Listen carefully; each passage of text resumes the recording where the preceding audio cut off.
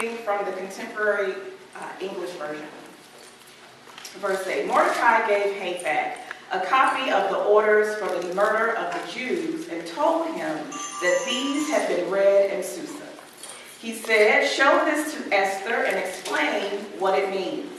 Ask her to go to the king and beg him to have pity on her people, the Jews. Hathach went back to Esther and told her what Mordecai had said. She answered, tell Mordecai, there is a law about going in to see the king, and all his officials and his people know about this law. Anyone who goes in to see the king without being invited by him will be put to death. The only way that anyone can be saved is for the king to hold out the gold scepter to that person. And it's been 30 days since he has asked for me. When Mordecai was told what Esther had said, he sent back this reply.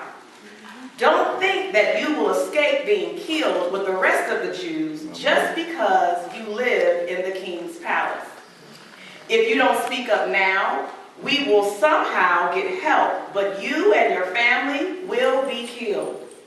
It could be that you were made queen for a time like this. Esther sent a message to Mordecai saying, bring together all the Jews in Susa and tell them to go without eating for my sake. Don't eat or drink for 3 days and nights. My servant girls and I will do the same. Then I will go in to see the king, even if it means I must die. Verse 17, Mordecai did everything Esther told him to do. The word of God for the people of God. Thanks be to God. Let us pray. Dear Heavenly Father, God, we thank you for this moment, God. We thank you for the gathering of these women and this moment in time. God, I pray, God, that you would be with me as I proclaim your message, God, that you have been with me in preparation. And I ask, God, that you would be with me in proclamation, that it will edify your people. Lower me down into wisdom's well, God, and decrease me that you may have the increase. In Jesus' name we pray. Amen. Amen. Amen. So, today's topic is connected to your theme for the year 2019. My topic for today is Now is the Time. Amen. We're living in a critical moment of time where the audacity of courage exercised by Esther centuries ago is needed right now in our unforgiving time of turbulence and grief.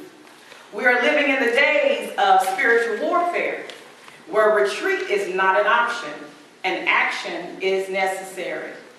We are living in the days where it is necessary for us to hop down from the pedestals of the present day posturing and celebrity-minded living.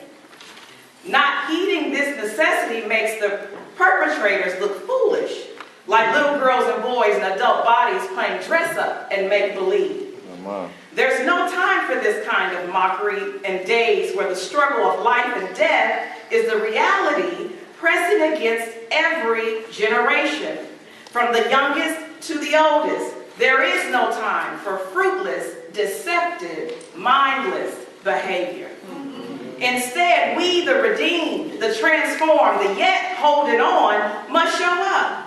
We must patch up our wounds and brush ourselves off from the disappointments and uncertainties of life. We must untangle ourselves from our fetal positions of despair. We must dry our weeping eyes, and we must join the fight pressing against us with the full armor of God, standing firm with the belt of truth, the breastplate of righteousness, feet wrapped in peace, the shield of faith, the helmet of salvation, and the sword of the Spirit. We must commit to this fight because God is declaring, now is the time. Now is the time to use what God has already poured into us. Now is the time to use our position of favor to help turn our communities around, our world around, from utter death and destruction for such a time as this. But what exactly are these times? Times where an 18-year-old African-American woman named Nia Wilson can be fatally stabbed by a white man exiting an Oakland BART station. Times where an 8-year-old Guatemalan boy dies in the custody of United States Customs and Border Protection while being detained with his father on Christmas Eve.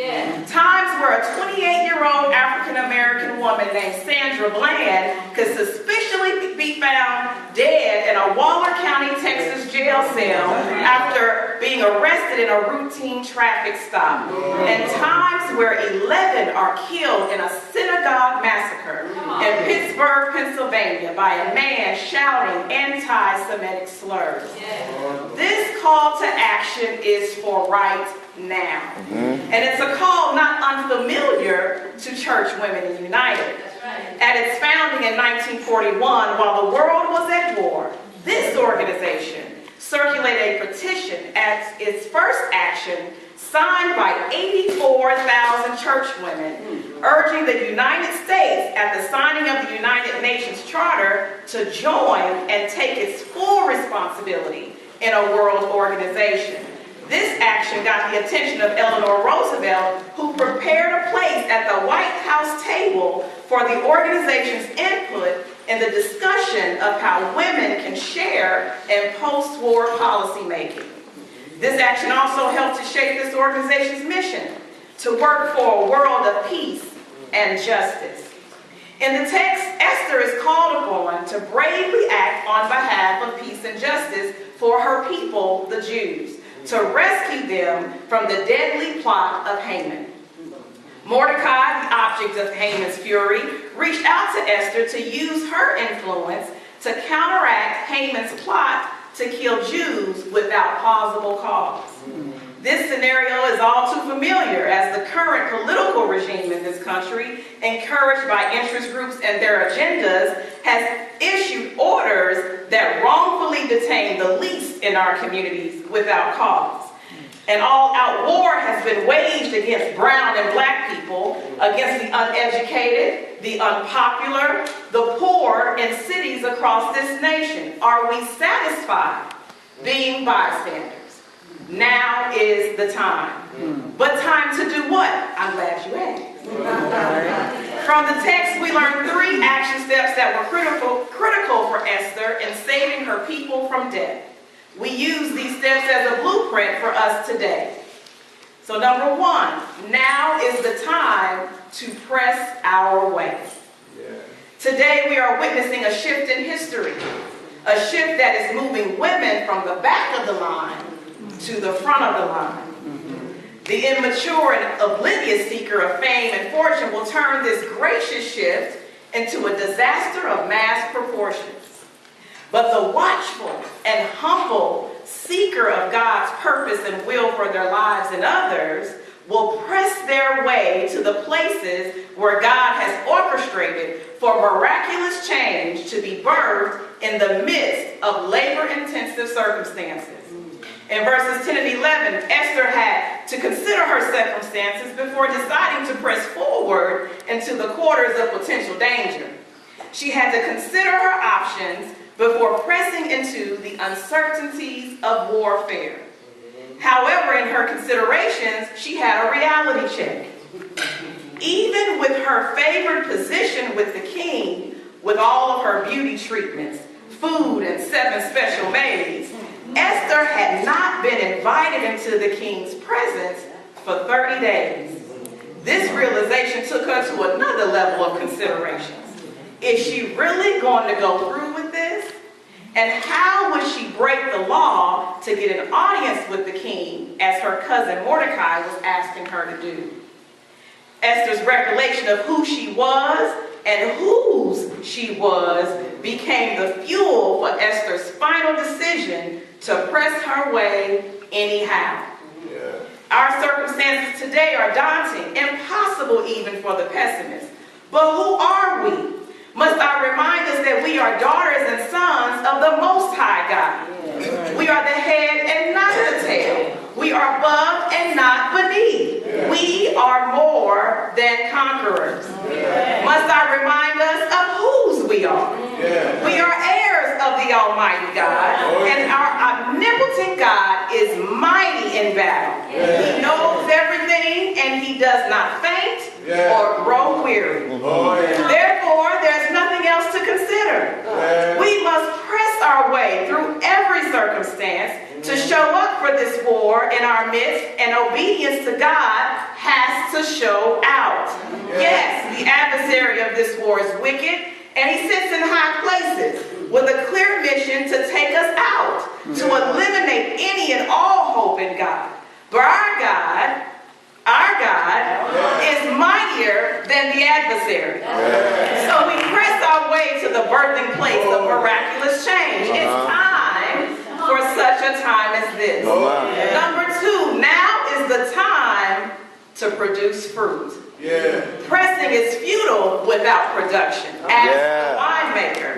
The purpose of pressing grapes is to remove solids after wine fermentation. The product is flavorful juice. Y'all know that juice that y'all had. New Year's Eve, pressing too late after fermentation generates a bad taste or ruins the production. In verses 12 through 14, Mordecai doesn't hold back in his response to Esther's initial hesitance. In fact, Mordecai breaks it down, reminding Esther who she really was, just in case her time in the big house had affected the good sense God gave her. Simply put, Mordecai told Esther, "You're tripping. Trust and believe you will not be exempt from the killing spree Haman has in store for the Jews. Living in the king's palace will not save you." Mordecai told Esther her favorite position in the king's palace is perfect to produce favorable results for her people, to save them from the hand of their enemy for such a time as this. So you pressed your way into this wicked fight with the full armor of God. Now you have to produce results. You have to produce fruit with the help of God. God has moved heaven and earth, performed amazing miracles to position you right where you are. Your position may sit high and it may not. But wherever it is, God is requiring you to produce more than a complaining spirit. More than a fashion show, more than a photo op, more than partial truth. God is saying, I have you where you are for a time like this. Don't turn your face from the devastation around you, because devastation is no longer just someone else's problem or at someone else's door. It's now at your doorstep, staring you in the face. You cannot escape it. It's time to produce after you've pressed, producing fruit that doesn't leave a bad taste for such a time as this. Lastly, number 3, now is the time to prepare. Action is not effective without planning and preparation. That's right. In verses 15 and 16, Esther, recognizing the importance of her position and the expectation to act, sends words to Mordecai to have the Jews in Susa to fast 3 days for her. Esther and her attendants also participate in the fast in preparation for her courageous action to go to the king. It is foolish to enter into battle without preparing for it. It's not enough to put on the armor or to press our way to the battlefield to produce fruit without the nourishment of prayer and the sacrifice of fasting. The battle we are preparing to fight requires this kind of focus. Esther's focus and her people's focus served them well, for Esther was victorious in saving her people from utter destruction. The remaining chapters in the book of Esther reveal God stepping into the fight Esther showed up for. Let me say that again.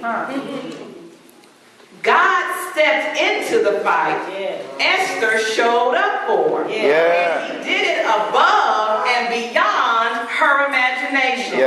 God prepared a table in the presence of her enemies. God anointed her and her people with favor that runneth over. God protected his people like he said he would. God will do the same for us. Now is the time to step step into the fight, ladies, into this present day warfare. Now is the time to 1, press our way, 2, produce fruit, and 3, prepare for such a time as this. A time for peace and justice. For though we walk through the valley of the shadow of death, we will fear no evil. God is with us. His rod and his staff comfort us. Later on in that psalm, it closes out with what? Surely goodness and mercy shall follow us all the days of our lives, and we will dwell